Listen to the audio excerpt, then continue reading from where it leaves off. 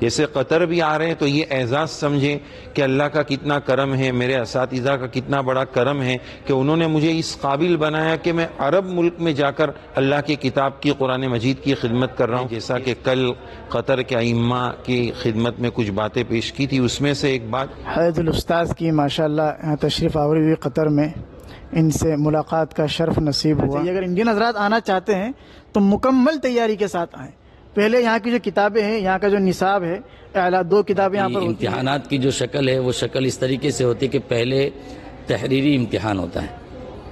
پہلے تحریری امتحان ہوتا ہے، ایک پرچہ ہوتا ہے، اس پرچے کے اندر تقریباً 40 سوالات ہوتے ہیں۔ تو ناظرین، جو ہمارے ساتھ احباب ہیں، ہمارے بہت پرانے احباب ہیں، 10 سال 12 سال پرانے احباب، جن کے ساتھ ایک طویل رفاقت و معیت کا شرف ملا، آج قطر کے اس سفر کے موقع پر ان کے ساتھ ہم جمع ہیں، دعوت بھی ہوئی، کھانا بھی ہوا۔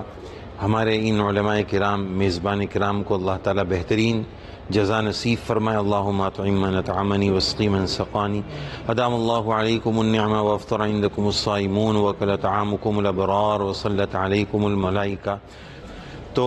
ماشاءاللہ انہوں نے سوالات کے جوابات بھی آپ کی خدمت میں پیش کیے۔ ہم چاہتے ہیں کہ تھوڑا سا ان کا مختصر سا تعارف بھی کرا دیں۔ سب سے پہلے ہمارے رفیق، الحمدللہ کافی رفاقت ہماری رہی، بلکہ مدرسے میں پڑھنے کے زمانے کے دوران پڑھنا رہنا یہ بھی ساتھ رہا، مولانا ابرار صاحب، ماشاءاللہ ان کی فراغت ترک سر سے رہی۔ دوسرے ہمارے دوست ہیں حضرت مولانا یعقوب صاحب تیلوا، اللہ تعالیٰ نے قرآن مجید کی تلاوت کے کمال سے ان کو نوازا ہے۔ زمانے طالب علمی ہی سے ان کی تلاوت مشہور تھی۔ آنے والے مہمانان کرام جب مدرسے میں تشریف لاتے تو مدرسے میں انہی کی تلاوت عام اور خواص بچوں میں رکھی جاتی۔ تو مولانا یعقوب صاحب یا تو کوئی نصیحت بتائیے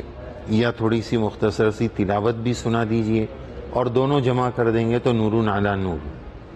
اعوذ باللہ من الشیطان الرجیم، بسم اللہ الرحمن الرحیم، قل هو اللہ احد اللہ الصمد لم یلد ولم یولد ولم یکن له کفوا احد۔ ایک مرتبہ حضرت مولانا ابرار الحق صاحب ہردوئی سے کسی نے پوچھا، آگے کی صف میں جگہ ہے اور پیچھے کی صف میں پنکھا ہے، اگر کوئی پیچھے کھڑا رہے تو کیسا ہے؟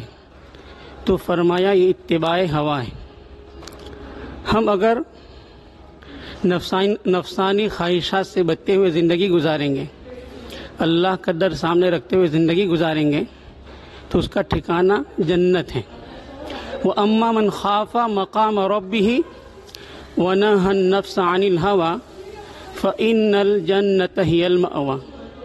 اللہ تعالی ہم تمام کو کہنے سننے سے زیادہ عمل کی توفیق عطا فرمائے۔ جنت میں دخول کے لیے اور جہنم سے بچنے کے لیے ایمان شرط ہیں۔ اللہ ہمیں ایمان پر استقامت عطا فرماوے، اسلام پر استقامت عطا فرماوے، دین پر استقامت عطا فرماوے، اور موت کا جھٹکا لگنے تک دین اور دین کی محنت کی کرنے کی اللہ توفیق عطا فرماوے۔ جزاک اللہ، جزاک اللہ۔ اگلے ہمارے رفیق ہیں جناب قاری احتشام الحق صاحب، ان سے بھی ہم تلاوت بھی سنیں گے انشاءاللہ، اور قطر میں ایک طویل مدت سے رہ رہے ہیں، اس کے بارے میں یا اپنے جو بھی تجربات ہیں، جو بھی آپ ناظرین کو اہم بات بتانا چاہیں بتا سکتے ہیں۔ اعوذ باللہ من الشیطان الرجیم، بسم اللہ الرحمن الرحیم، قل اعوذ برب الناس ملک الناس الہ الناس من شر الوسواس الخناس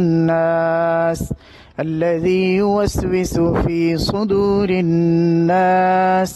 من الجنة والناس، صدق اللہ العظیم۔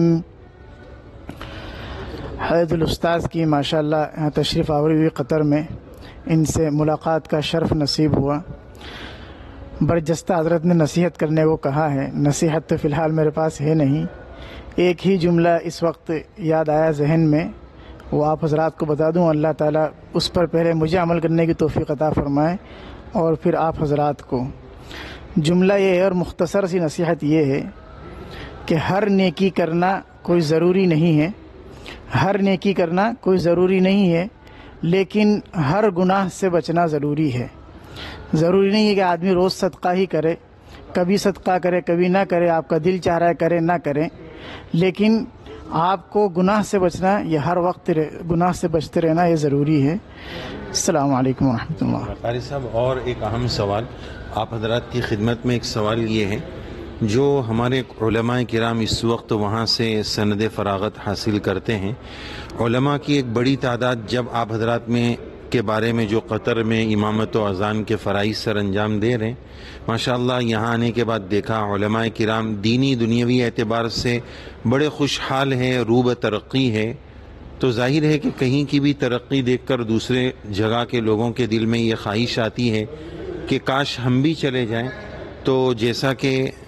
وہاں رہتے ہوئے بھی اور ہمارے یہاں آنے کے بعد بھی کومنٹ میں، میسج میں کافی لوگوں نے پوچھا ہے، جو ہمارے فاضل ہیں، علماء کرام ہیں، وہ پوچھتے رہتے ہیں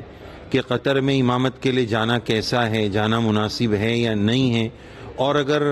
جانا ہے تو اس کا کیا پروسیس ہے، اس کے کیا مراحل ہے، یہ اکثر لوگ ہم سے پوچھتے رہتے ہیں۔ تو اور اب جب ہم جائیں گے تو بھی لوگ پوچھیں گے، اور ظاہر ہے کہ ہمارے پاس اس کا تحقیقی جواب نہیں ہوگا، ایک اندازے والا جواب ہوگا۔ تو آپ حضرات ماشاءاللہ تقریباً 15-20 سال سے یہاں ہیں، تو آپ حضرات اس سلسلے میں پہلے قاری صاحب آپ کچھ بتا سکتے ہیں تو بتائیے اس کے بارے میں، اس کے کیا مراحل ہوتے ہیں، اور آنا چاہیے یا نہیں، آنا آسان ہے یا نہیں؟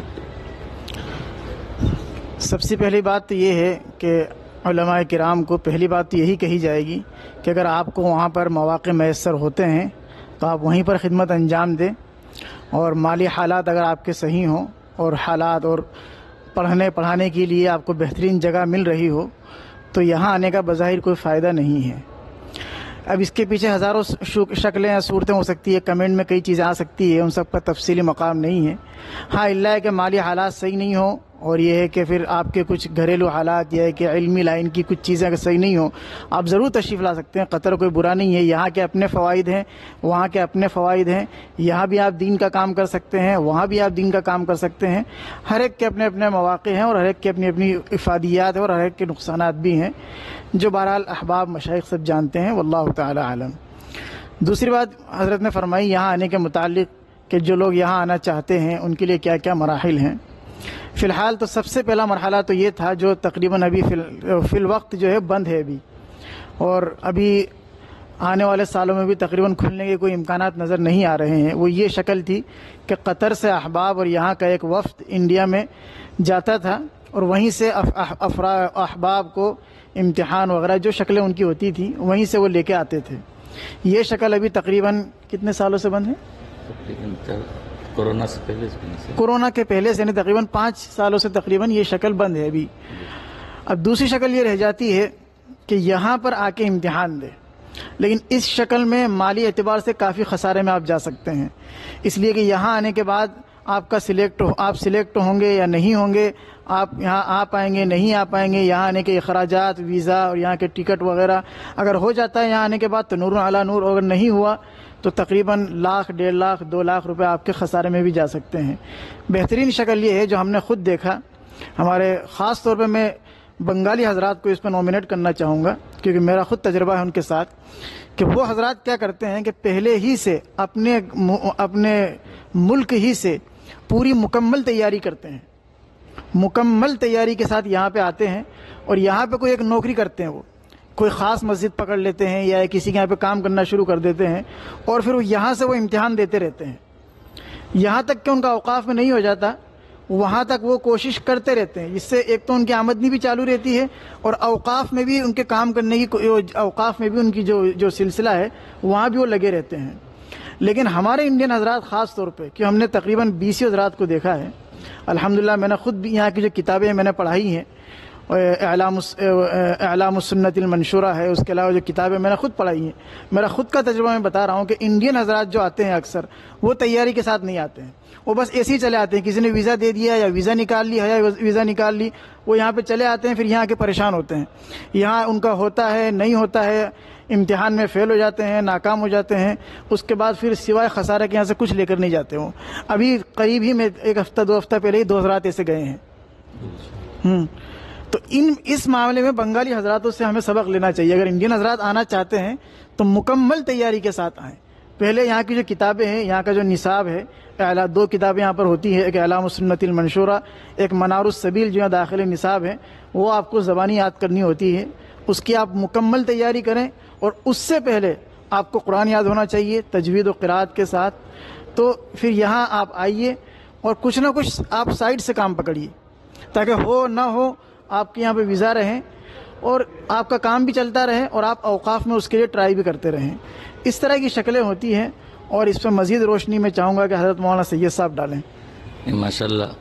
مولانا نے کافی تفصیل سے یہ بات بتا دی کہ کس طریقے سے یہاں داخلہ ہوتا ہے۔ مولانا نے جو بتایا کہ بنگالی حضرات یعنی بنگلہ دیش کے جو حضرات جو آتے ہیں، ایک تو سب سے بہترین بات ان کے اندر یہ ہوتی ہے کہ بڑے محنت اور جفاکش ہوتے ہیں۔ وہ وقتی ضرورت کے لیے کہ بھئی مجھے خسارہ نہ ہو، یہاں آنے کے بعد وہ کوئی بھی کام کرنے کے لیے تیار ہو جاتے ہیں۔ پھر ظاہر بات ہے کہ جیسے جیسے موقع ہوتے ہیں الحمدللہ پھر اللہ تعالیٰ ان کو کامیابی بھی دیتے ہیں۔ تو اس لیے صحیح بات ہے کہ سب سے بڑی بات یہی کہ پہلے سے وہاں پر دونوں کتاب کی مکمل کسی ماہر فن استاد کے ساتھ یا باصلاحیت استاد کے پاس بیٹھ کر لفظ بلفظ اسے پڑھیں، اور لفظ بلفظ پڑھ کر اسے یعنی کہ مکمل ازبر یاد کریں، اور اس کے بعد آئیں، تب جا کے انشاءاللہ مکمل چانسز ہے کہ انشاءاللہ اللہ تعالیٰ کامیابی عطا فرماوے۔ باقی امتحانات کی جو شکل ہے وہ شکل اس طریقے سے ہوتی ہے کہ پہلے تحریری امتحان ہوتا ہے، ایک پرچہ ہوتا ہے، اس پرچے کے اندر تقریباً 40 سوالات ہوتے ہیں، ابھی تو زیادہ ہو گئے ہیں غالباً، وقت کے حساب سے بدلتے رہتے وقت پہلے ایسا تھا کہ 40 سوالات ہوتے تھے اور اس میں تقریباً 35 سوالات پاس کرنے پڑتے تھے، اور اس وقت صرف یعنی نعم لا یعنی رائٹ رانگ کا یعنی کہ آنسر تھا۔ لیکن اب جو امتحانات ہو رہے ہیں وہ عبارات کے ساتھ ہو رہے ہیں، یعنی آپ کو سوال ہوگا، اس سوال کا جواب بھی عربی عبارت میں اور اچھے انداز میں دینا ہوگا، ایسا نہیں کہ ٹوٹی پھوٹی عبارت میں، تب جا کے آپ پاس ہوں گے۔ تو اس لیے ابھی امتحانات بھی تھوڑے سخت ہیں، اس لیے محنت کریں، اور پھر تحریری امتحان سے جب انسان فارغ ہو جاتا ہے اس کے بعد موقع دیا جاتا ہے قرآن شریف کو یاد کرنے کا، اور قرآن شریف کو یاد کرنے کا 3 مہینہ 6 مہینہ جیسا آپ انسان موقع مانگتا ہے، اور اس کے بعد امتحان قرآن شریف کا ہوتا ہے، اور قرآن شریف کے امتحان میں سب سے پہلے نمبر پر تجوید اور دوسرے نمبر پر حفظ کی یعنی کہ یہاں پر وہ رکھی جاتی ہے، نمبرات رکھے جاتے ہیں کہ انسان کی تجوید سب سے زیادہ مضبوط ہو اور حفظ بھی مضبوط ہو۔ حفظ یعنی کہ اتنا مضبوط ہونا چاہیے کہ یہ کہیں سے بھی سوال کریں گے تو ایسا نہیں کہ 2-4 لائن یا 5 لائن پڑھیں، کم سے کم 1.5 صفحہ پڑھاتے ہیں، کم سے کم 1.5 صفحہ 1.5 رکوع پڑھاتے ہیں۔ اس لیے اس طریقے سے تحریری اور تقریری دونوں امتحان ہوتے ہیں، اور اس کے بعد سلیکشن ہوتا ہے۔ ایک اہم بات یہ کہنا چاہتا ہوں کہ جو حضرات حافظ ہیں یعنی قرآن کے مکمل حافظ ہیں، اور وہ قطر میں اگر خدمت کرنا چاہتے ہیں، اور جیسا کہ ہمارے 2 ساتھی مولانا سید صاحب اور مولانا احتشام الحق صاحب انہوں نے جن بات کی طرف توجہ دلائی وہ بھی بہت اہم ہیں، لیکن 2-3 چیزیں جو میرے ذہن میں آ رہی ہیں وہ بات میں پہنچانا چاہتا ہوں۔ اس میں سے پہلی بات یہ ہے کہ آسان شکل جو حفاظ کرام انڈیا سے، بنگلہ دیش سے یا پڑوس ملک سے یا دنیا کے جس خطے سے آنا چاہتے ہیں قطر میں، تو سب سے پہلی بات ان کے لیے یہ ہے کہ وہ جو مکمل قرآن پڑھے ہوئے ہیں وہ مکمل قرآن مضبوط ہو، حفظ مضبوط ہو، اور بلا تکلف پڑھتے ہو، یعنی 2-2 صفحے 3-3 صفحے، جیسے فجر کی نماز پڑھانا ہے یا کہ رمضان میں تراویح پڑھانا ہے تو زیادہ یعنی مقدار میں قرآن کی تلاوت کرنی ہوتی ہے، تو بلا تکلف پڑھ لیتا ہوں، اور ماتھے پر تکلف یعنی شکن وغیرہ نہ پڑھتے ہوں۔ تو اس طریقے سے اگر کوئی حافظ قرآن باہر ملک سے یعنی بیرون قطر سے آنا چاہتا ہے تو سب سے پہلی چیز یہ ہے کہ حفظ قرآن مضبوط ہو، بلا تکلف پڑھ لیتا ہوں، اور اس کی آسان شکل یہ ہے کہ یہاں کا وفد وہاں پر پہنچتا ہے۔ وہ الگ بات ہے کہ 6 یا 7 سال سے کورونا سے پہلے سے نہیں پہنچ رہا ہے، لیکن جب پہنچے تو ہم انتظار میں رہیں، جیسے ہی خبر پہنچے کہ وفد پہنچا ہوا ہے تو ہم وہاں پر پہنچ جائیں۔ تو اگر کسی کا قرآن مضبوط ہے اور جو کتابیں ہیں مسائل کی وہ مضبوط نہیں ہیں تو اسی وقت ان کو توحید کی تھوڑی سی قسمیں بتائی جاتی ہیں، اولیاء اللہ کے متعلق کیا عقیدہ وہ بتایا جاتا ہے، اسی میں سے پھر پوچھا جاتا ہے، سوال کیا جاتا ہے، اگر جواب دے دیتا ہے اور قرآن مضبوط ہے تو اسی وقت وہ سلیکٹ ہو جاتا ہے، پاس ہو جاتا ہے۔ اور جن کو مضبوط یاد ہے اور عقائد پر بھی پختگی ہے اور کتابیں ماشاءاللہ اچھی طریقے سے پڑھ لیتے ہیں عربی کی اور مسائل بھی اچھی طریقے سے پڑھ لیتے ہیں، تو وہ حضرات یہاں پر اپنے کسی رشتہ دار کی وجہ سے یا کسی سے تعلق ہے ان کی بنا پر آنا چاہتا ہے تو یہاں پر مہمان بن کر بھی آ جاویں اور اس طریقے سے کوشش بھی کرتا رہے، کبھی نہ کبھی ایک کھل جاتا ہے اچانک، تو اس وقت اگر امتحان نہیں دیا پاس ہو گیا تو پھر وہ مقدر کی روزی مل سکتی ہے۔ لیکن ایک آخری بات کہہ کر اپنی بات کو ختم کرتا ہوں۔ ایک اللہ والے سے کسی نے پوچھا کہ بھائی کہاں جا رہے ہو؟ کہ میں باہر جا رہا ہوں روزی کمانے کے لیے، لیکن وہاں کے اللہ سے میرا سلام کہہ دینا۔ تو بہرحال روزی جو ہماری اگر عجم ملک میں یعنی جہاں سے ہم آ رہے ہیں اگر وہاں مقدر کی برکت والی روزی ہے تو وہاں بھی مل سکتی ہے، یہاں بھی مل سکتی ہے، لیکن ہم اگر آنا چاہتے کسی وجہ سے تو یہ باتیں میرے ذہن میں تھیں جو آپ کے سامنے میں نے بیان کی۔ فجزاکم اللہ خیرا واحسن الجزاء فی الدارین۔ آمین یا رب۔ جزاکم اللہ۔ یہ جو قطر کے بارے میں امام اور مؤذن کے بارے میں جو باتیں ہوئی، ایک دو بات میں بھی اس سلسلے میں عرض کرنا چاہوں گا۔ جیسا کہ مولانا سید صاحب کی بات سے اس طرف ذہن کا تبادر ہوا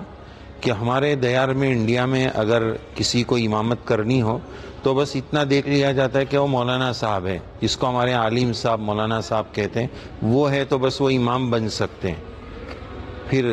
نہیں ہے تو بھی بن جاتے، وہ ایک الگ بات ہے۔ لیکن یہاں آنے کے لیے یہ بات بھی ضروری ہے کہ وہ حافظ ہو، جید حافظ ہو، صرف عالم صاحب یا مولانا صاحب ہونا کافی نہیں ہے۔ یہ ان کی بات کا خلاصہ ہوا۔ یہ وضاحت اس لیے ضروری ہے کہ ایک بڑی تعداد مولانا ان لوگوں کی بھی فکر مند رہتی جو سرے سے حافظ ہی نہیں ہیں یا کچھ پارے کر کے چھوڑ دیے ہیں، تو وہ لوگ بھی اس فکر میں رہتے، اس لیے یہ وضاحت بھی ضروری ہے۔ اور ایک اہم بات ہمارے احباب کی خدمت میں، جیسا کہ کل قطر کے ائمہ کی خدمت میں کچھ باتیں پیش کی تھی، اس میں سے ایک بات آپ حضرات کے سامنے بھی پیش کرنا چاہوں گا۔ مثال کے ساتھ ہم نے بات عرض کی تھی کہ بندہ بھینس خریدتا ہے تو دودھ کی نیت کرتا ہے، گوبر کی نہیں کرتا ہے، گوبر تو پلس مل ہی جائے گا۔ تو ہم یہاں ہے یا آنا چاہتے ہیں یا کہیں بھی دین کی خدمت کے لیے جانا چاہتے ہیں تو نیت یہ کریں کہ میں دین کی خدمت کے لیے جا رہا ہوں۔ جیسے قطر بھی آ رہے ہیں تو یہ اعزاز سمجھیں کہ اللہ کا کتنا کرم ہے، میرے اساتذہ کا کتنا بڑا کرم ہے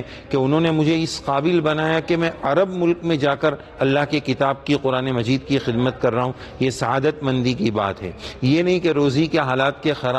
حالات خراب ہے اس لیے میں جا رہا ہوں، گوبر تو پلس مل کر رہے گا، نیت دودھ کی کرنی ہے۔ تو بہت بہت ہم شکر گزار ہیں ہمارے احباب کے۔ مولانا سید صاحب ایک کچھ اور بات فرمانا آپ چاہتے کی اس بات کے اوپر مجھے مولانا احمد صاحب ٹنکاروی کی ایک بات یاد آئی کہ جب میرا سلیکشن ہوا تو اس وقت ہمارے والد صاحب تیار نہیں تھے کہ بھئی مجھے، میرا ارادہ نہیں ہو رہا ہے کہ میرے بچے کو اتنا دور بھیجوں یا کہ پتہ نہیں وہاں ماحول کیسا ہوگا۔ تو مولانا احمد صاحب ٹنکاروی جو ابھی فی الحال فلاح دارین ترکیسر کے استاد حدیث ہیں، انہوں نے یہ فرمایا کہ مولانا آپ یہ نیت کرو کہ آپ کا بچہ اب صحابہ کی اولاد کی خدمت کرنے جا رہا ہے۔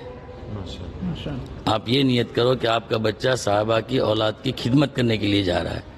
تو انشاءاللہ یعنی کہ نیت جتنی بڑی رکھیں گے اللہ تعالیٰ اتنا اجر دیں گے انشاءاللہ۔ جزاک اللہ۔ ہم ہمارے تمام احباب کے بہت شکر گزار ہیں۔ اللہ تعالیٰ ان تمام کی خدمات جلیلہ کو شرف قبول بخشے، اور مکرر شکر گزار ہوں آپ حضرات سے مل کر بہت ہی خوشی اور مسرت ہوئی۔ اللہ تعالیٰ ہماری اس ملاقات کو اپنی بارگاہ میں قبول فرمائے، اور جتنے احباب دین کی خدمت سے وابستہ ہے اللہ تعالیٰ تا دم حیات استقامت اور اخلاص اور استخلاص کی کیفیت کے ساتھ اس سے وابستگی نصیب فرمائے، آمین یا رب العالمین۔ اور ماشاءاللہ الحمدللہ آج ہمارے جو سنڈے کامنٹ باکس سوال جواب کی مجلس کے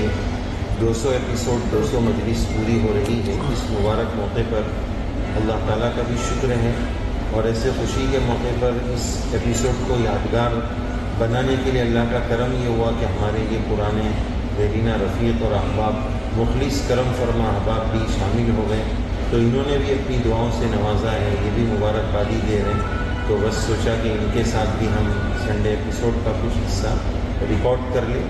تو آپ حضرات سے دعاؤں کی درخواست ہے، دعا فرما دیجیے گا کہ اللہ تعالیٰ اس کام میں اخلاص عطا فرمائے، اس کی بہت ضرورت ہے، کیونکہ سوشل میڈیا کی دنیا ہر عمل میں ویسے تو اخلاص ضروری ہے، لیکن اس میدان میں اخلاص کی اور زیادہ نسبتاً ضروری ہے۔ تو اخلاص بھی ہو، استقامت بھی ہو، اور امت کا جو درد ہے جب تک وہ پیدا نہیں ہوگا تو ہم امت کا کوئی بھی کام دین کا نہیں کر سکتے۔ ان تمام چیزوں کی آپ احباب سے دعا کی بھی درخواست ہے۔ بہت بہت مبارک ہو کے ساتھ سفر بھی اللہ تعالیٰ کو آمین آپ ذرا تشریف لائے، اس کے لیے بہت شکریہ۔ ہمارے قاری صاحب تقریباً 100 کلومیٹر دلی سے نہ بولنے کے باوجود بھی ملنے کے لیے تشریف لائے۔ اللہ تعالیٰ ان کی عمر میں بھی برکت دے، ان کے علوم میں برکت دے، ان سے خوب کام میں بہت خوشی ہوئی۔ اور مولانا ابرار صاحب ہمارے بہت ہی پرانے رفیق، ان سے مل کر جو خوشی ہوئی وہ الفاظ میں بیان نہیں کی جا سکتی۔ جزاک اللہ۔ مولانا سید صاحب تو ہے ہی ہمارے میزبان مکرم اور میزبان اعلیٰ۔ جزاک اللہ، شکریہ۔